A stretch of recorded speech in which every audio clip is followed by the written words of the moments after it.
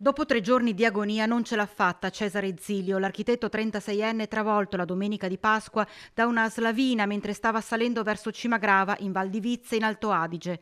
Originario di Borso del Grappa, viveva e lavorava a Bassano, grande appassionato della montagna, aveva gli sci ai piedi quando la valanga si è abbattuta su di lui, trascinandolo per centinaia di metri. Immediato l'allarme, il 36enne era stato ritrovato dai soccorritori sotto 1,5 metri di neve in arresto cardiaco e in ipotermia. Dopo lunghe manovre di rianimazione era stato Eli trasportato in condizioni disperate all'ospedale di Bolzano. Qui è rimasto appeso a un filo fino alle scorse ore, quando il cuore non ha più retto.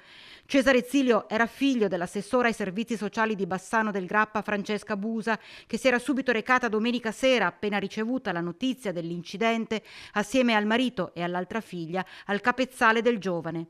La notizia della morte di Zilio, l'ennesima vittima della montagna, ha lasciato tutti senza parole. Stimato e apprezzato professionista, chi lo conosceva sapeva del suo amore per lo sport e la vita all'aria aperta, dalle maratone allo sci, alle scalate, alle immersioni.